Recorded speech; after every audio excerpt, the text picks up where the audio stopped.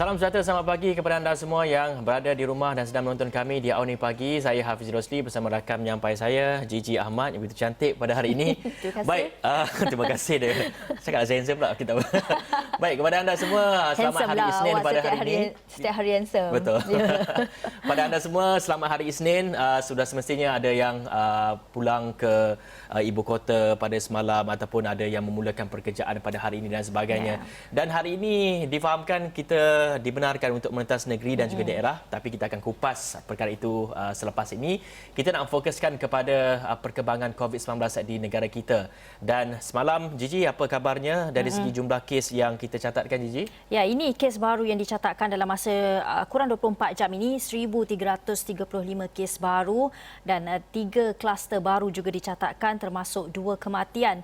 Dan menurut Ketua Pengarah Kesihatan Tan Sri Dr. Nur Hisham Abdullah, jumlah kes sembuh pula adalah 1,069 kes yang menjadikan keseluruhan kes dalam negara kita sebanyak 72,694 kes. Dan beliau juga memaklumkan ada 2 kes kematian baru direkodkan pada Ahad, menjadikan jumlah keseluruhan kematian sebanyak 382 kes. Dan negeri-negeri di Lembah Kelang melaporkan jumlah kes harian sebanyak 515 kes dan negeri Selangor melaporkan kes harian tertinggi iaitu 337 kes. Dan manakala kalau kita tengok di Negeri Sembilan pula sebanyak 258 kes dan negeri Sabah sebanyak 250 kes dan sebanyak 243 kes yang dilaporkan pula berkaitan kluster-kluster di pusat tahanan sementara dan penjara yang membabitkan kluster penjara Jalan Harapan 141 kes, kluster Tembok 92 kes, kluster PTS Siboga 7 kes, kluster Bakti 2 kes dan kluster Rumah Merah 1 kes. Itu antara perkembangan mengenai kes COVID-19 dalam negara yang penting untuk anda tahu dan kita semua untuk ikutinya setiap hari. Betul, dan 72,694 kes. Saya kira kalau kita mencatatkan setiap hari hampir kepada 1,000 dan juga 1,000 lebih dalam masa kurang daripada 30 hari, kita bakal mencecah 100,000 kes jangkitan dan itu kita tidak mahu kerana kita melihat kepada setiap hari ada saja kes-kes boleh katakan 4 digit saja kesnya dan ini satu perkara yang membimbangkan dan kebanyakan kes-kes ini adalah daripada kluster-kluster tempat kerja. Dan apabila penguatkuasaan PKP bersyarat dilaksanakan di Lembah Kelang iaitu melibatkan 3 negeri ini iaitu Kuala Lumpur, Selangor dan juga Putrajaya, mungkin terdapat sedikit pengurangan dari segi kluster-kluster dan juga wujud juga dengan kluster-kluster lain yang di luar daripada Lembah Kelang ini dan kita faham nampaknya Sabah telah pun berjaya mengatasi jumlah kes daripada meningkat dan sebagainya dan di Selangor ketika ini mencatatkan jumlah kes yang tertinggi di sekitar Lembah Kelang dan itu perkembangan yang kita dapati setiap hari. Dan Gigi, kita nak melihat juga antara kes ataupun antara tumpuan yang menjadi ataupun antara perkara yang menjadi tumpuan di sidang media KKM adalah melihat kepada beberapa perkara. Pertama adalah apa yang Gigi katakan sebentar tadi, 1,335 kes positif baru dilaporkan menjadi jumlah keseluruhan lebih daripada 72,000 dan sebanyak 1,069 kes sembuh menjadikan jumlah kumulatif adalah sebanyak 61,273 kes. 2 kematian baru dilaporkan dan 3 kluster baru dikenalpasti iaitu kluster Ceram, kluster Pulau Berhala dan kluster Jalan Tampoi. Dan perkara kelima adalah negeri-negeri di Lembah Kelang melaporkan jumlah kes harian sebanyak 515 iaitu sebanyak 38.6% daripada jumlah keseluruhan kes-kes harian itu, Gigi. Ya, Hafizi, melihat daripada perkembangan kes terkini COVID-19 dalam masa yang sama hari ini bermulanya kebenaran merentas negeri dan daerah di seluruh Malaysia tanpa perlu anda pergi meminta kebenaran lagi kecuali anda berada di kawasan PKPD. Kita kena lihat juga bagaimana perkara ini seperti Datuk Seri Ismail Sabri katakan, bagaimana anda di luar sana boleh mengambil satu inisiatif menjaga diri sendiri mengikut mematuhi SOP yang telah ditetapkan. Dalam masa yang sama pihak industri atau syarikat swasta juga wajar mengenakan SOP tambahan bagi mengelakkan penularan COVID-19 susulan kebenaran rentas daerah dan negeri berkuat kuasa hari ini. Dan ini yang dikatakan oleh Dr. Malina Osman, pakar perubatan kesihatan awam yang tidak putus-putus memberikan cadangan, saranan, peringatan, amaran kepada orang ramai di luar sana, kerana katanya orang ramai perlu melakukan kawalan kendiri dan memastikan pematuhan SOP yang tinggi apabila keluar daripada rumah. Kita sudah menghadapi perkara ini sejak Mac. Masing-masing sudah penat, rasa terkongkong dan merasai kesan emosinya. Jadi apabila dapat keluar, ia peluang baik dan perlu patuh SOP dan keadaan tertentu dialu-alukan jika pihak industri dan swasta dapat mengenakan sesuatu SOP tambahan bagi mengelakkan penularan atau potensi kes baru-baru ini. Dan dalam masa yang sama, kalau kita lihat kebenaran rentas negeri ini baik untuk sektor ekonomi khususnya. Dan orang ramai boleh menggerakkan sektor pelancongan. Kita tahu perkara itu pasti memberi kesan terhadap sektor pelancongan itu apabila rentas negeri dan daerah dibenarkan, dibuka semula. Tetapi dalam masa yang sama, seperti yang Dr. Malina katakan, kawalan kendiri itu penting. Bila anda pergi ke mana-mana, jaga jarak anda, jangan ikut perasaan. Kalau nampak ramai orang tu, elakkanlah, janganlah anda terlibat di kawasan yang ramai-ramai, kan? Dan itu yang dikatakan oleh KKM sebelum ini, yang mengingatkan kita untuk mengelak daripada berada di kawasan yang sesak.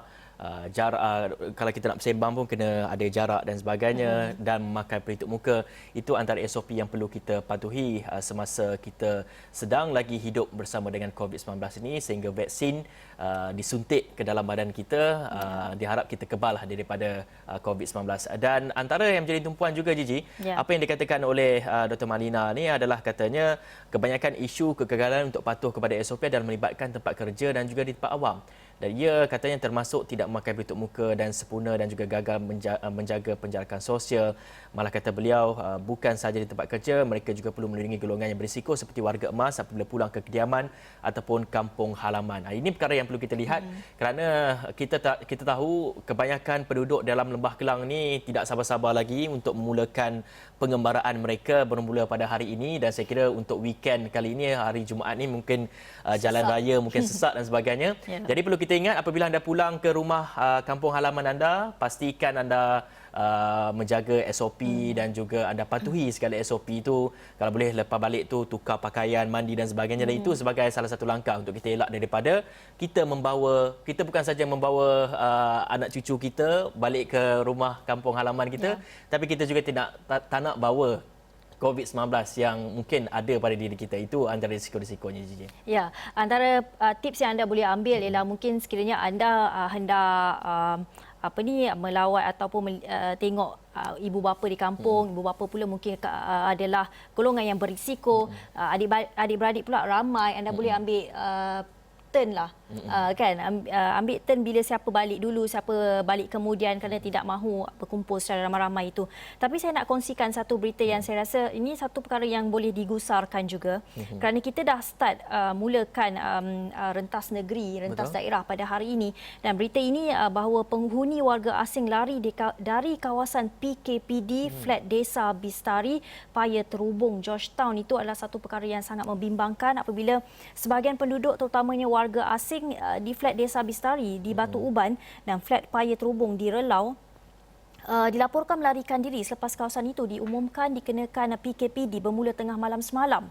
Dan Ketua Polis Daerah Timur Laut, Assistant Commissioner Sofian Santong berkata pihaknya menerima laporan ramai penduduk terutamanya di Blok A dan B flat Desa Bistari telah meninggalkan kediaman mereka, namun jumlahnya belum dapat dipastikan. Justru beliau menasihatkan mereka yang berbuat demikian agar kembali ke kediaman masing-masing atau berdepan tindakan undang-undang. Ini saya kira merupakan satu perkara yang tidak bertanggungjawab, kerana sekiranya mereka yang lari ini pergi ke kawasan lain dan membawa virus yang ada di dalam diri anda, pastinya menimbulkan kluster dan banyak lagi perkara, kerana kita tahu bahawa COVID-19 ini boleh berjangkit dan apabila diumumkan PKPD itu adalah semata-mata untuk kebaikan mereka yang berada di tempat itu dan juga komuniti di sekelilingnya. Betul, Gigi. Kebanyakan apa yang dakwaan daripada pemain-pemain industri sebelum ini, kebanyakan warga asing yang melarikan diri daripada kawasan PKPD ini, mereka mempunyai satu alasan mereka sendiri, kerana sekiranya mereka ini tidak dapat pergi ke tempat kerja, mereka tiada gaji. Kebanyakan pekerja-pekerja asing ini, gaji mereka dibayar secara harian ataupun mungkin dikumpulkan dalam satu bulan berapa hari yang kau kerja dan kau akan dapat gaji sekian-sekian. Jadi mereka nak mengelakkan daripada mereka ni terputus duit ataupun terputus bekalan makanan dan sebagainya. Jadi ini antara alasan yang mereka gunakan untuk melarikan diri daripada kawasan PKPD. Kita tahu apabila PKPD itu dilaksanakan selama 14 hari dan mungkin ke 28 hari, mereka tidak dapat bergerak ataupun keluar daripada kawasan itu menyebabkan mereka ini tiada punca pendapatan, dan ini antara alasan yang perlu diperhatikan, dan majikan juga perlu perhatikan bagaimana sebenarnya boleh ada solusi win-win situation untuk kita memberikan, mungkin ada gaji potongan dan sebagainya apabila mereka tidak dapat menghadiri ke tempat kerja disebabkan mereka berada dalam kawasan PKPD dan sebagainya. Itu perlu diperhatikan juga.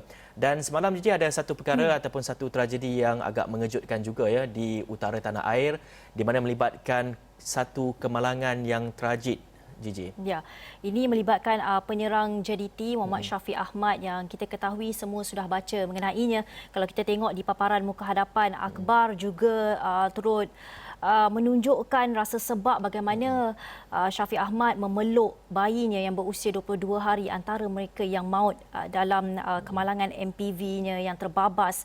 Antara yang maut juga selain pada bayinya yang berusia 22 hari itu adalah ibu mertuanya dan juga pembantu rumahnya. Juga kalau kita lihat di harian Metro, muka hadapan harian Metro juga menunjukkan perkara yang sama, bagaimana Syafiq Ahmad begitu sedih sebab dengan kejadian yang berlaku, dan kita rasa ini merupakan satu kejadian yang sekiranya menimpa mana-mana pihak juga akan berasa perkara yang sama.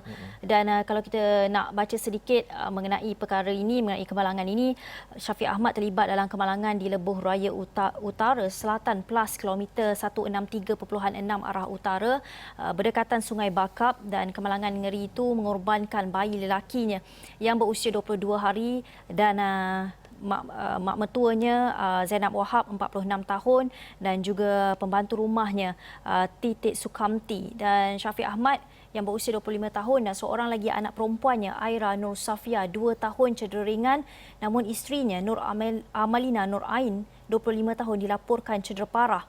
Dan menurut Ketua Polis Seberang Perai, Superintendent Lee Chong Chern, siasatan awal mendapati kejadian berlaku kira-kira jam 4.16 pagi. Dan 4.16 pagi itu kiranya sangat awal pagi, dan dilaporkan juga kemungkinan Syafiq Ahmad tertidur ketika memandu, namun sampel darahnya sedang diambil untuk kita ketahui apa sebabnya kemalangan ini berlaku. Dan yang pastinya rata-rata yang membaca kisah ini pasti sedih dan terasa bagaimana Syafiq kehilangan mereka yang disayangi, 2 orang sekaligus dalam satu masa. Dan visual yang anda saksikan ini adalah semasa pengebumian, dan difahamkan jenazah ibu mentua dan juga bayi lelaki penyerang JDT itu Muhammad Syafiq Ahmad selamat dikebumikan di tanah perkuburan Islam Kampung Bukit Murai, Padang Pusing, Pendang kira-kira jam 8.25 malam tadi. Dan kedua jenazah Zainab Wahab 46 dan juga Muhammad Aish Sakif yang baru berusia 22 hari dikebumikan dalam satu liang lahat, dan Muhammad Syafiq yang mendukung jenazah bayinya yang sudah dikafankan dari van ke liang lahat dilihat menangis dan juga memeluk erat bayi itu sambil beberapa kali menciumnya. Dan kita juga mendapatkan beberapa respon daripada orang ramai melihat kepada kejadian ini, dan semuanya sangat berduka cita dengan apa yang telah pun menimpa Muhammad Syafiq ini. Dan di mana ini satu perkembangan lagi, iaitu kami bersama anda Syafiq ini, kata-kata daripada komuniti bola sepak. Dan semalam juga Tunku Mahkota Johor turut mengucapkan takziah kepada Muhammad Syafiq dan turut mengharapkan kepada orang ramai untuk menghentikan menyebar gambar-gambar dan juga video semasa kemalangan itu bagi menjaga sensitiviti kaum keluarganya, Gigi. Ya, kita ucapkan takziah kepada keluarga Syafiq Ahmad dan diharapkan anda tabah menghadapi dugaan yang sangat berat ini, dan juga kepada isteri Syafiq Ahmad yang dikabarkan cedera parah juga tabah menerima berita kematian ibu serta anaknya yang berusia 22 hari. Kita perlu berhenti berehat seketika. Kembali selepas ini kita akan bawakan perkembangan politik di Perak.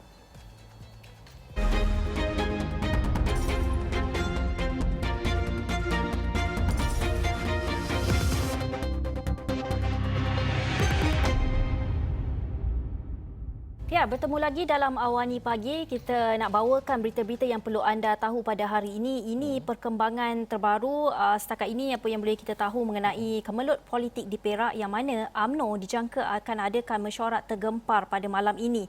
Dan UMNO dijangkakan akan mengadakan mesyuarat tergempar itu mesyuarat Biro Politik itu juga akan difahamkan membincangkan mengenai isu berkaitan dengan kedudukan Kerajaan Persekutuan secara keseluruhannya. Ia akan diadakan di Menara Dato' On Dagangan Dunia Putra PWTC di Ibu Negara pada jam 8.30 malam ini. Dan terdahulu UMNO dan Barisan Nasional tidak menolak kemungkinan berlaku penjajaran baru di Perak seiring krisis politik yang melanda negeri itu. Dan bagaimanapun, Presiden UMNO Datuk Seri Ahmad Zahid Hamidi berkata beliau berharap kerajaan yang ada di bawah kepimpinan Menteri Besar yang lalu dapat dikekalkan. Ahmad Zahid berkata UMNO dan BN akan melihat segala kemungkinan yang ada, termasuk kerjasama dengan parti-parti dalam Pakatan Harapan.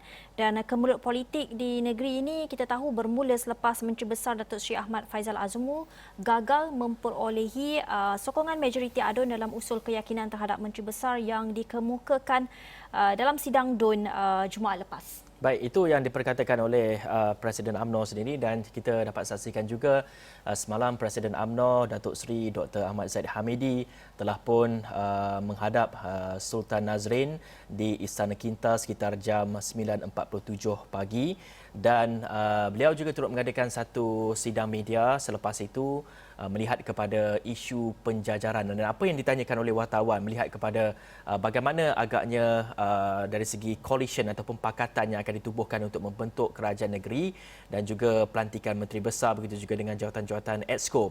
Dan apa yang dikatakan oleh Datuk Seri Ahmad Zahid Hamidi apabila ditanya oleh wartawan adakah selepas ini akan berlaku penjajaran semula, mungkin ada penggabungan antara parti ini dan juga parti ini bagi membentuk kerajaan negeri, kerana kita tahu untuk membentuk kerajaan negeri memerlukan 30 ADUN yang menyokong. 30, ya, sekurang-kurangnya 30, kerana 59 daripada jumlah kerusi DUN di negeri Perak itu majoriti mudahnya adalah 30, dan Sultan Nazrin juga telah pun bertitah sebelum ini yang mengatakan baginda akan melantik Menteri Besar dalam kalangan pakatan yang mempunyai majoriti mudah lebih daripada 30 ataupun 30 sendiri.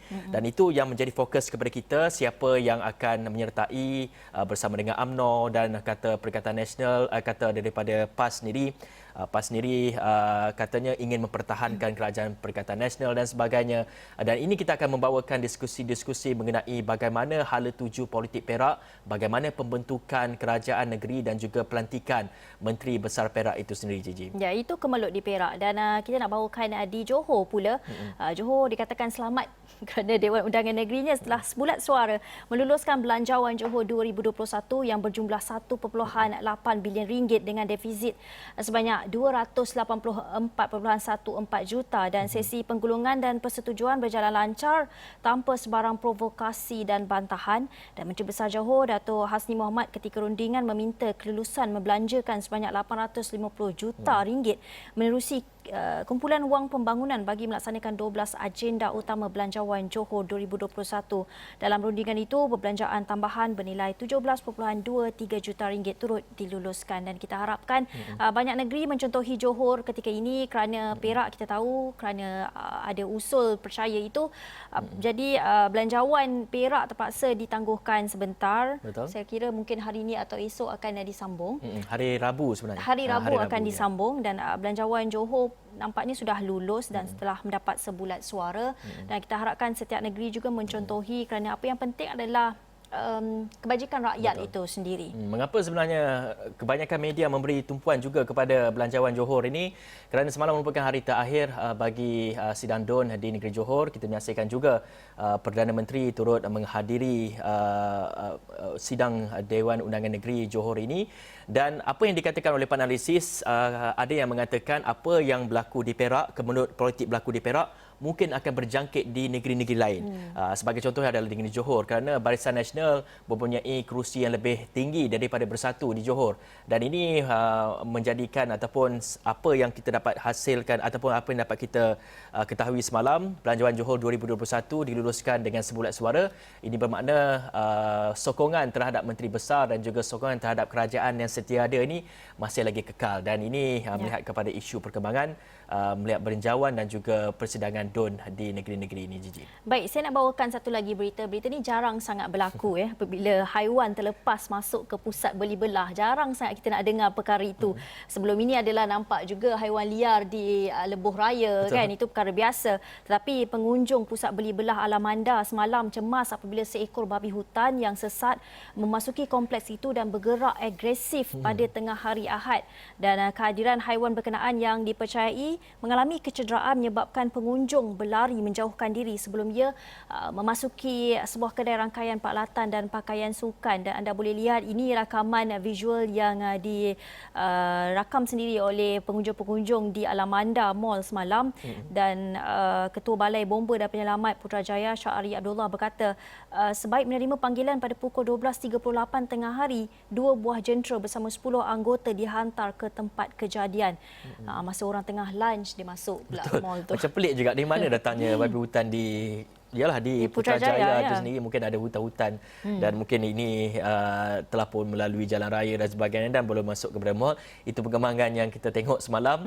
Dan ini satu lagi perkembangan kita bawakan, iaitu akaun Twitter Bermana TV. Kadang saya pun confuse sebenarnya. Betul. Bermana ke bernama ke? Confuse. Dan dia keluarkan pula kenyataan-kenyataan yang boleh meyakinkan orang. Kadang daripada statement daripada menteri, kadang ditukarnya, diolahnya sendiri.